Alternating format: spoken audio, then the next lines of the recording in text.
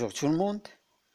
Dans notre leçon d'aujourd'hui, nous allons voir tous les cas où il faut accorder les participes passés et les cas où il ne le faut pas. Et nous commençons d'abord par le cas du participe passé employé sans auxiliaire, c'est-à-dire qu'on n'a ni l'auxiliaire être ni l'auxiliaire avoir. Et nous prenons comme exemple la phrase « que de promesses faites non tenues ». Que de promesses faites non tenues. Et nous remarquons dans cette phrase que les participes passés faits et tenus sont féminins pluriels. La même chose pour le nom promesse auquel il se rapporte. Il est féminin pluriel. De ce qui précède, nous concluons donc que même s'il n'y a pas d'auxiliaire dans cette phrase, les participes passés faits et tenus suivent le genre et le nombre du mot promesse auquel il se rapporte. La règle est donc, le participe passé sans auxiliaire s'accorde en genre et en nombre avec le nom ou le pronom auquel il se rapporte. Premier exemple, la marchandise abandonnée se trouve au garage.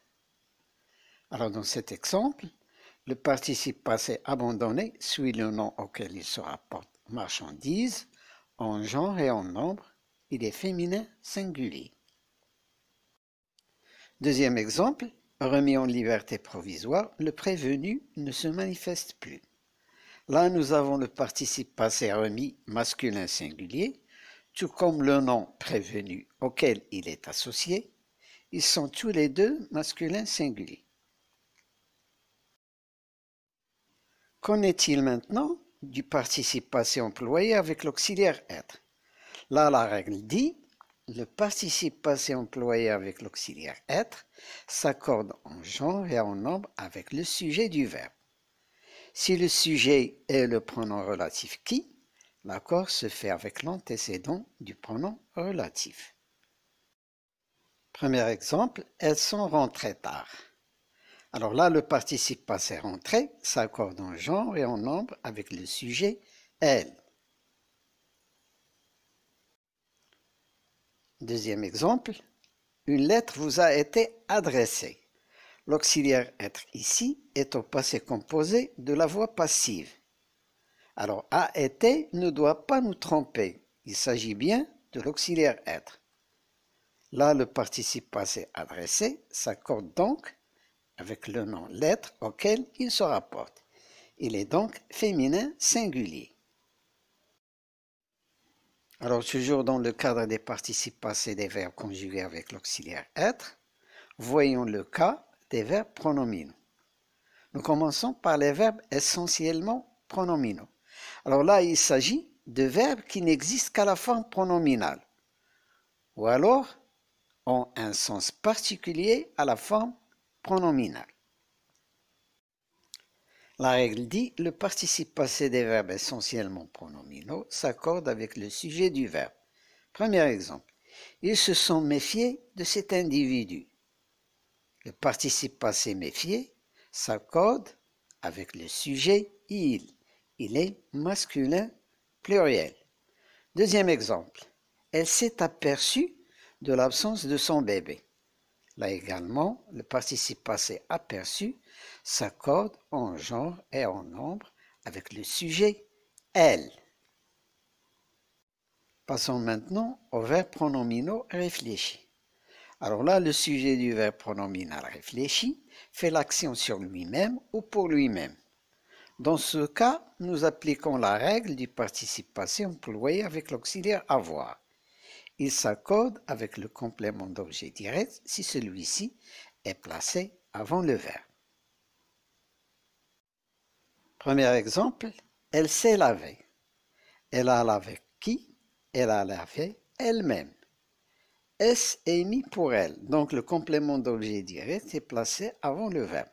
Le participe passé prend donc le genre et le nombre du complément d'objet direct. Il est féminin singulier. Deuxième exemple, elle s'est coupé les cheveux. Alors là, on pose la question, elle a coupé quoi? À qui? Elle a coupé les cheveux à elle-même.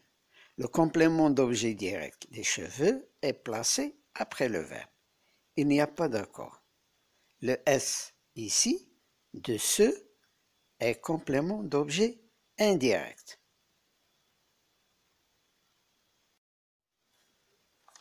Voyons à présent le participe passé des verbes pronominaux réciproques. Je lis la règle. Les verbes pronominaux réciproques sont ceux où il y a une interaction entre les sujets. Ils agissent réciproquement les uns sur les autres. Exemple, se sourire, se quereller, s'écrire. On applique alors la règle d'accord du participe passé employé avec l'auxiliaire avoir. Premier exemple, ils se sont vus.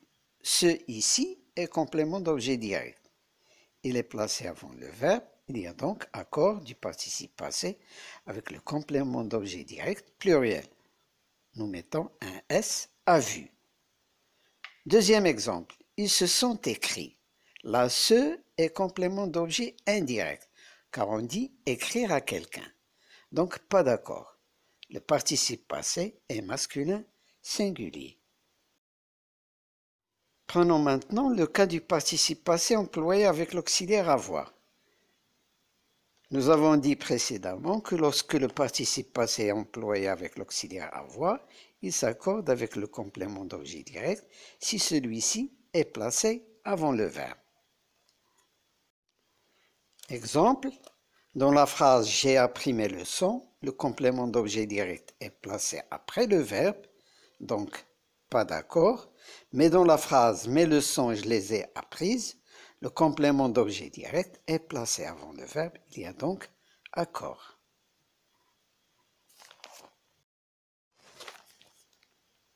Cas du pronom adverbial « on ». Lorsque le pronom adverbial « on » représente une partie d'un tout non dénombrable, il n'y a pas d'accord.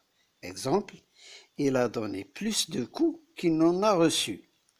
Mais il y a accord lorsqu'il représente une quantité dénombrable.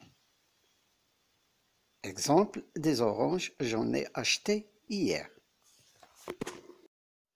Passons maintenant à certaines règles de cas particuliers de participe passé.